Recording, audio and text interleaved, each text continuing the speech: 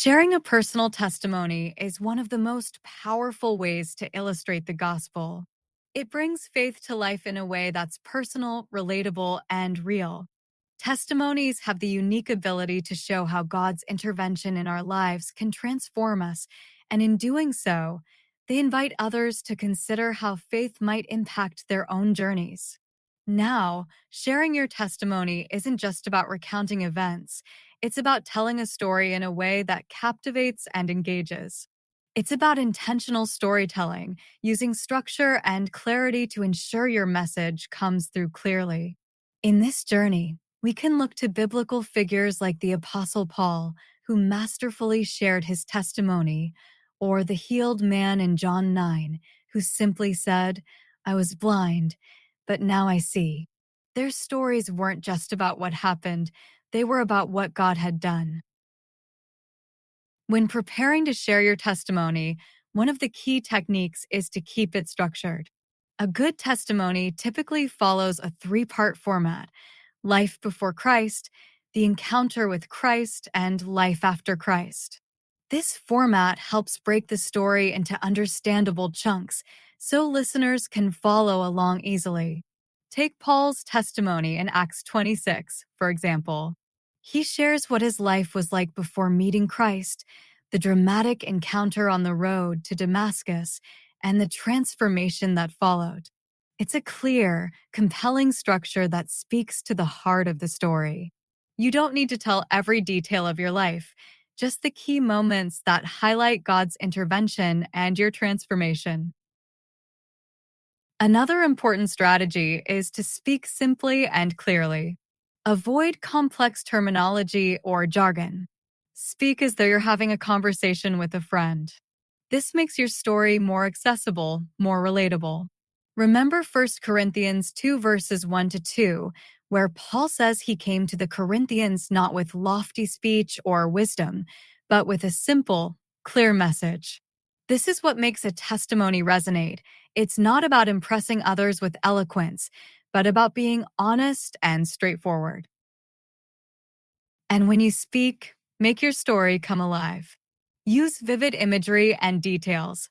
Describe the emotions you felt, the setting, the people involved. This is where you paint a picture that makes your experience tangible. Take Psalm 23, for example, where David describes God as his shepherd. This is a powerful image that speaks to care, guidance, and protection. It's not just words, it's a scene that people can imagine and relate to. It's also important to be genuine and vulnerable.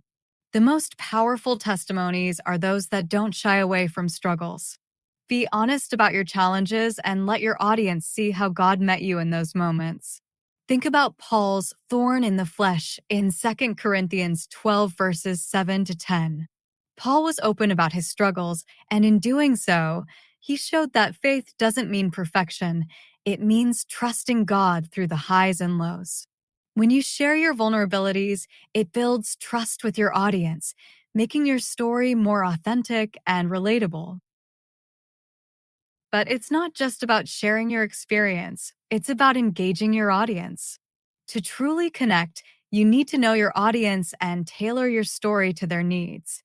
Consider Paul's approach when speaking to the Athenians in Acts 17 verses 22 to 23. He referenced their cultural context to help them understand the gospel in a way that made sense to them. Similarly, you can adjust your message to resonate with your audience. Maybe you're speaking to a group of young people struggling with identity, or to a group of parents trying to find purpose in their lives. Your story can meet them where they are.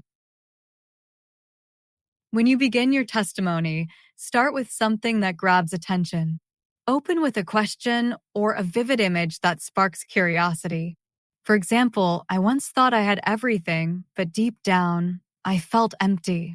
This kind of opening immediately creates a sense of intrigue and invites listeners to lean in. And as you share your story, incorporate scripture to highlight God's role. A verse like, "The Lord is my shepherd," from Psalm 23 can emphasize God's care and guidance during challenging times, showing how His Word connects with our personal experiences. Also, invite your audience to reflect. Pause after significant moments in your story and ask thought provoking questions. Have you ever felt lost too? This gives the audience space to think about their own experiences and draws them into the story. And of course, end with a call to action or encouragement. Your testimony should inspire action, whether that's encouraging someone to take a step of faith or simply to reflect on how God might be working in their life. You could offer to pray with them or invite them to explore their own faith journey. When it comes to the practical side of sharing your testimony, practice is essential. Rehearse your story out loud to get comfortable with your delivery. Practice with a trusted friend or group to refine your message. Keep it concise, aim for 3 to 5 minutes, which is enough to make an impact without overwhelming your listeners. And remember, adjust the length and details based on the context. A casual conversation might call for a shorter, more focused version, while a larger event might allow you to share a bit more depth. Finally, always seek feedback. After sharing your testimony, ask someone for constructive feedback. Proverbs 27, verse 17 says, "As iron sharpens iron, so one person sharpens another." This feedback helps you grow and improve, making your future testimonies even more impactful. In conclusion, sharing a testimony is an art that combines sincerity, clarity, and relatability. By using these strategies to engage your audience and center your story on God's transformative work, you make your testimony not just a story, but a tool for evangelism. As you grow in confidence and skill, your story will inspire others, drawing them closer to Christ and showing them the power of a life transformed by faith.